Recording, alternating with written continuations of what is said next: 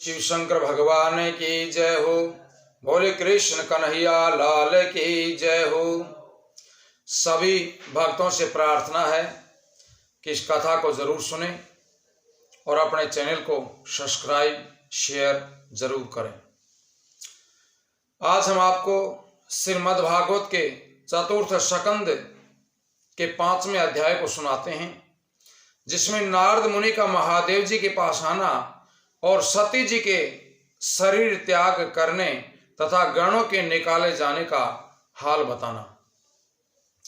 मैत्रेय जी ने विदुर जी से कहा, जिस समय सती ने अपना शरीर त्याग किया और महादेव जी के गण उस सभा से निकाले गए, उसी समय नारद मुनि ये सब हाल देख करके शिव जी के पास कैलाश पर्वत पर जा पहुंचे। शिव शंकर ने नारद मुनि को देख करके दंडवत करके बड़े आदर से बैठा करके पूछा कि कहो हे मुनिनाथ, कहां से आते हो? नारद जी बोले कि भगवान, आपको ये मालूम है या नहीं कि आज सती ने दक्ष प्रजापति के यज्ञ में आपकी निंदा सुनकर के अपना शरीर छोड़ दिया है और भृगु ऋषि के मंत्र पढ़ने से आपके गण भी अपमानित होकर के उस सभा से निकाल दिए गए हैं। इसका कुछ उपाय करना चाहिए। ये कहकर के नारद मुनि चले गए।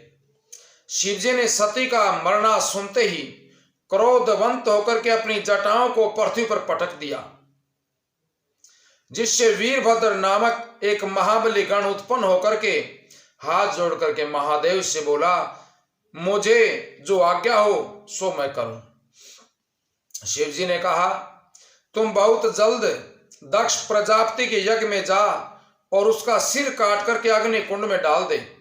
जो लोग उस सभा में बैठे हो उन्हें वहां से बाहर निकाल दे। ये वचन सुनते ही वीरभद्र, उसका शरीर पहाड़ के समान था, त्रिशूल लेकर के भूत प्रेत की सेना के साथ वहां चला और क्षण भर में यज्ञशाला में पहुंच गया। उसने दक्ष प्रजापति का सिर काट करके अग्नि कुंड में डाल दिया और भृगु ऋषि की दाढ़ी नोच डाली।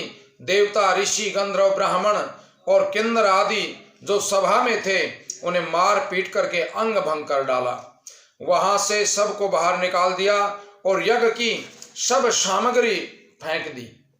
दक्ष के सिर कटने का जो लोग वहां न्योता करने आए थे वे सब दुखी होकर के भागे।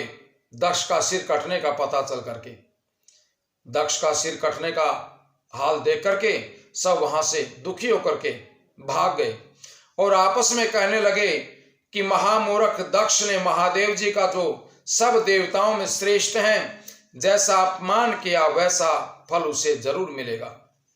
वीरभद्र ने यज्ञ का विध्वंस करके शिव जी के सती का मृत्यु समझ करके